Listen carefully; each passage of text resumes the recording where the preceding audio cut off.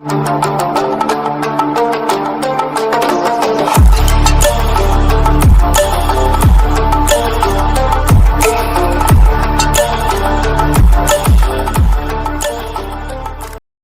दोस्तों, मेरा नाम है दुर्गेश चतुर्वेदी और मैं हमेशा आपके लिए वो वीडियो लेकर आऊंगा जो रोचक होने के साथ में आपका ज्ञानवर्धन करने में सहायक हो। दोस्तों, आज हम बात करेंगे जगन्नाथपुरी के मंदिर से जुड़े रहस्यों की। दोस्तों, इस वीडियो में बताई गई बातों का आधार इंटरनेट पर मिली जानकारी और लोक कथाएं हैं, जिनके अनुसार जो भी तथ्य या जो भी हमें बातें रोचक पता लगी है वो हम आपके सामने आज इस वीडियो में रखेंगे। दोस्तों, वैसे तो भारत में हजारों मंदिर है, लेकिन आज बात करेंगे उस मंदिर की जिसमें भगवान कुछ वर्षों के बाद में अपना शरीर बदलते हैं। हजारों लाखों लोग उन्हें रथ में बैठाकर यात्रा करवाते हैं और काफी सालों से उनकी जो परंपराएं चलती आ रही हैं वो आज तक निभाई जा रही है। आज इस वीडियो में हम उन्हीं रोचक जानकारी और तथ्यों के बारे में बात करेंगे जिन्हें देखकर सुनकर आप भी आश्चर्यचकित होने पर मजबूर हो जाएंगे। दोस्तों, हर बात को हम विज्ञान के तर्कों अनुसार देखते हैं, लेकिन कुछ बातें ऐसी होती हैं जहां विज्ञान के तर्क भी आकर फेल हो जाते हैं। आज ऐसी ही कुछ जानकारियां मैं आपके बीच में रखूंगा, आप उन्हें देखकर और सोचिए आखिर इसके पीछे का कारण क्या है।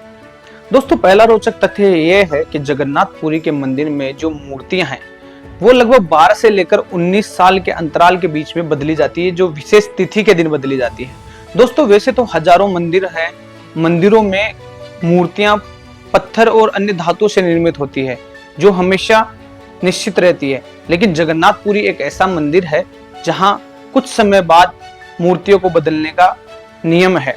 दोस्तों, भगवान जगन्नाथ, माता सुभद्रा और बलभद्र जी की मूर्ति को विशेष नीम की लकड़ी, जिसे दारू लकड़ी कहा जाता है, उससे तैयार किया जाता है, जो एक निश्चित अंतराल के बाद में बदलती रहती है। दोस्तों, बात करते हैं अब दूसरे तथ्य की। दूसरा तथ्य है ब्रह्म पदार्थ। दोस्तों, क्या है ब्रह्म पदार्थ, इसके बारे में मैं बताऊं आपको। जब जब मूर्तियां बदली जाती है, माना जाता है कि हर मूर्ति के अंदर भगवान कृष्ण का दिल रखा हुआ है, उसे ब्रह्म पदार्थ बोला जाता है। इसको बदलने की विधि भी एक रोचक कहानी है। दोस्तों, आपको बता दूं कि नई मूर्ति रखने के बाद में पुरानी मूर्ति में से भगवान कृष्ण का दिल, जिसे ब्रह्म पदार्थ कहा जाता है, उसको निकाल कर नई मूर्ति में डाल दिया जाता है। दोस्तों, इसके लिए मंदिर के आसपास के क्षेत्र की लाइट बंद कर दी जाती है, पूर्ण रूप से अंधेरा कर दिया जाता है, बाहर सुरक्षा बलों को तैनात किया जाता है, किसी को भी मंदिर में जाने की अनुमति नहीं होती। एक पुजारी, जो भी पुजारी निश्चित होते हैं, सिर्फ वही पुजारी अंदर जाते हैं, और जो अंदर जाने वाले पुजारी हैं उनके भी आंखों पर पट्टी बांध दी जाती है, साथ ही उन्हें हाथों में दस्ताने पहना दिए जाते हैं ताकि वो उन्हें छू और देख ना सके। दोस्तों, तीसरा रोचक जो तथ्य है वो ये है कि यहाँ मंदिर में जो मूर्तियां हैं वो अधूरी है। इसके पीछे जो कहानी बताई जाती है दोस्तों, वो ये है कि जब विश्वकर्मा जी उन मूर्तियों को बना रहे थे, उन मूर्तियों को बनाने के पहले उन्होंने कह दिया था कि जब तक कि मूर्ति निर्माण का कार्य पूर्ण ना हो तब तक उनके कार्य में बाधा ना डाली जाए। तो वो एक बंद कमरे में उन मूर्तियों को बना रहे थे। उसके बाद में जब उनके बंद कक्ष में से किसी भी प्रकार की कोई भी आवाज नहीं आई तो राजा रानी ने चिंतावश वो कमरा खोल दिया। कमरा खोलते ही वृद्ध के रूप में जो विश्वकर्मा जी भगवान थे वो अंतर्ध्यान हो जाते हैं और मूर्तियां जिस अवस्था में आज है उसी ही रूप में उन्हें छोड़ दी जाती है। बाद में बताया जाता है कि बाद में भविष्यवाणी होकर भगवान जगन्नाथ का आदेश होता है कि यही उनका वास्तविक स्वरूप माना जाए।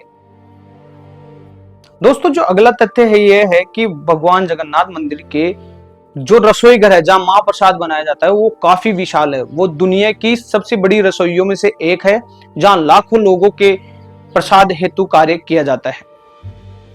साथ ही मैं आपको अगला रोचक तथ्य बताऊं दोस्तों, वहां महाप्रसाद की एक अनोखी व्यवस्थाएं हैं। भले ही वहां हजारों श्रद्धालु आए या लाखों श्रद्धालु आए, ना तो महाप्रसाद कभी कम पड़ता है और ना ही इतना अधिक बनता है कि वो वेस्ट हो। तो दोस्तों, वहां हर साल नए रथों का निर्माण किया जाता है और लाखों श्रद्धालु बिना बुलाए वहां आते हैं और रथ को खींचते हैं। माना जाता है जो भगवान जगन्नाथ जी के रथ को खींचता है उसके पापों को नाश होने लगता है। दोस्तों, पुरी के गजपति राजा हमेशा रथ की सफाई सोने की झाड़ू से करते हैं, उसे छेरा फेरना बोला जाता है।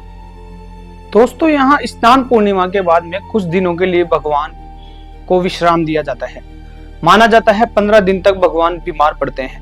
इसके पीछे की कहानी है भक्त माधव दास की, जिनकी पीड़ा को भगवान ने खुद पर ले लिया था और उस पीड़ा को खुद पर लेने के बाद में भगवान ने उनके हिस्से का दुख खुद भोगा था। आज भी वो परंपरा रेगुलर चलती आ रही है। स्नान पूर्णिमा के बाद में भगवान को विश्राम दिया जाता है।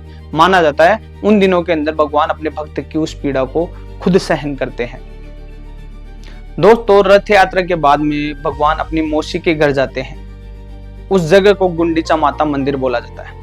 दोस्तों, आपको एक और रोचक तथ्य बताऊं कि भगवान जगन्नाथ जी के मंदिर के ध्वज को हर दिन बदला जाता है। दोस्तों, आपने बहुत सारे मंदिर देखे होंगे और उन मंदिर के गुंबदों पर आपने पक्षियों को बैठे हुए देखा होगा, लेकिन जगन्नाथपुरी एक ऐसा मंदिर है जहां के गुंबद पर ना तो कभी कोई पक्षी बैठता है, ना उसके ऊपर से कभी कोई पक्षी उड़ते हुए देखा गया है। यहां तक माना जाता है कि उस मंदिर के ऊपर से कोई प्लेन भी नहीं गुजरता। दोस्तों, मंदिर के गुंबद के ऊपर एक नील चक्र है। ऐसा बताया जाता है कि मंदिर के ऊपर के उस नील चक्र को आप किसी भी दिशा में से देखते हैं तो उसका चेहरा आपकी ओर रहता है। मतलब कि मंदिर के ऊपर का जो नील चक्र है आपको हर दिशा से अपनी ओर सीधा दिखता है।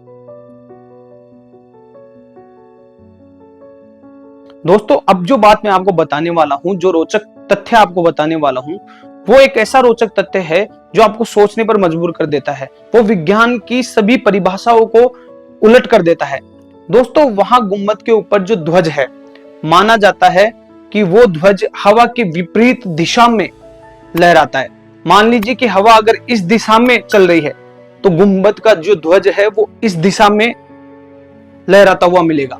और ये विज्ञान के लिए अपने आप में एक रहस्य बना हुआ है। तो अगले रहस्य की बात करूं तो मंदिर के बाहर तक समुद्र की आवाज कानों में चुभने वाली आती है, लेकिन बताया जाता है कि सिंह द्वार की जो सीढ़ी होती है, उस सीढ़ी को जब आप पार करते हैं तो अचानक से समुद्र की सारी आवाज अपने आप शांत हो जाती है। दोस्तों, अब एक और रोचक बात मैं आपको बताता हूं। मंदिर का जो भोग महाप्रसाद बनता है वो 7 मिट्टी के मटकों में बनाया जाता है। दोस्तों, जिस मटके के नीचे आंच लगाई जाती है उस मटके से लेकर 7 मटके ऊपर तक लगाए जाते हैं दोस्तों। और जो सबसे ऊपर वाला मटका है वो सबसे पहले पककर तैयार होता है। ये अपना आप में एक रोचक बात है। दोस्तों, मंदिर में कोयली वैकुंठ नाम से स्थान है।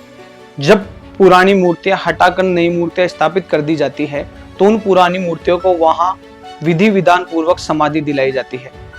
दोस्तों, रथ यात्रा के दौरान एक पात्र में भोग लगाकर उस पात्र को रथ पर ही गिरा दिया जाता है और वो आम लोगों के खाने के लिए नहीं होता, ना ही कोई भक्त उस प्रसाद को ग्रहण करता है। माना जाता है इस रथ यात्रा में भूत प्रेत और अतृप्त आत्माएं रहती है, वो प्रसाद उनके लिए होता है। अब मेरा सवाल उन लोगों से है जो हर चीज को जैसे वैज्ञानिक दृष्टिकोण से देखते हैं। पहली बात, 214 फुट ऊंचे मंदिर के ऊपर इतना टन वजनी नील चक्र कैसे ले जाया गया होगा? यह 800 वर्ष पुरानी बात थी, जब ना तो कोई क्रेन होती थी ना कोई हाइड्रोलिक मशीन। साथ ही मंदिर के ऊपर लहराने वाला झंडा हवा की विपरीत दिशा में कैसे लहरा सकता है? तीसरा, इतना बड़ा मंदिर, उसके जो शिखर है उसकी परछाई आज तक नहीं देखी गई, ऐसा कैसे हो सकता है? अगला, एक पेड़ी जिसके एक साइड में समुद्र की तेज आवाज आ रही है, जैसे ही हम उस पेड़ी को क्रॉस करते हैं उसके बाद में समुद्र की आवाज आना अचानक बंद हो जाती है, ऐसा कैसे हो सकता है? दोस्तों, इस विषय को मैं आप पर छोड़ता हूं कि ये वैज्ञानिक कारणों से होता है या भगवान के चमत्कार के कारण। ये आप अपनी बुद्धि और तर्क के आधार पर इसको देख सकते हैं। ऐसे ही अन्य रोचक वीडियोस को देखने के लिए आप हमारे चैनल को सब्सक्राइब कर सकते हैं। वीडियो आपको पसंद आया हो तो वीडियो को आप लाइक कर सकते हैं, कमेंट कर सकते हैं। किसी अन्य वीडियो के बारे में या किसी अन्य तथ्य के बारे में आपको जानकारी चाहिए तो आप कमेंट में मुझे लिखकर बताइए, मैं उस कमेंट के अनुसार आपको जवाब जरूर दूंगा। जय हिंद, जय भारत, जय किसान।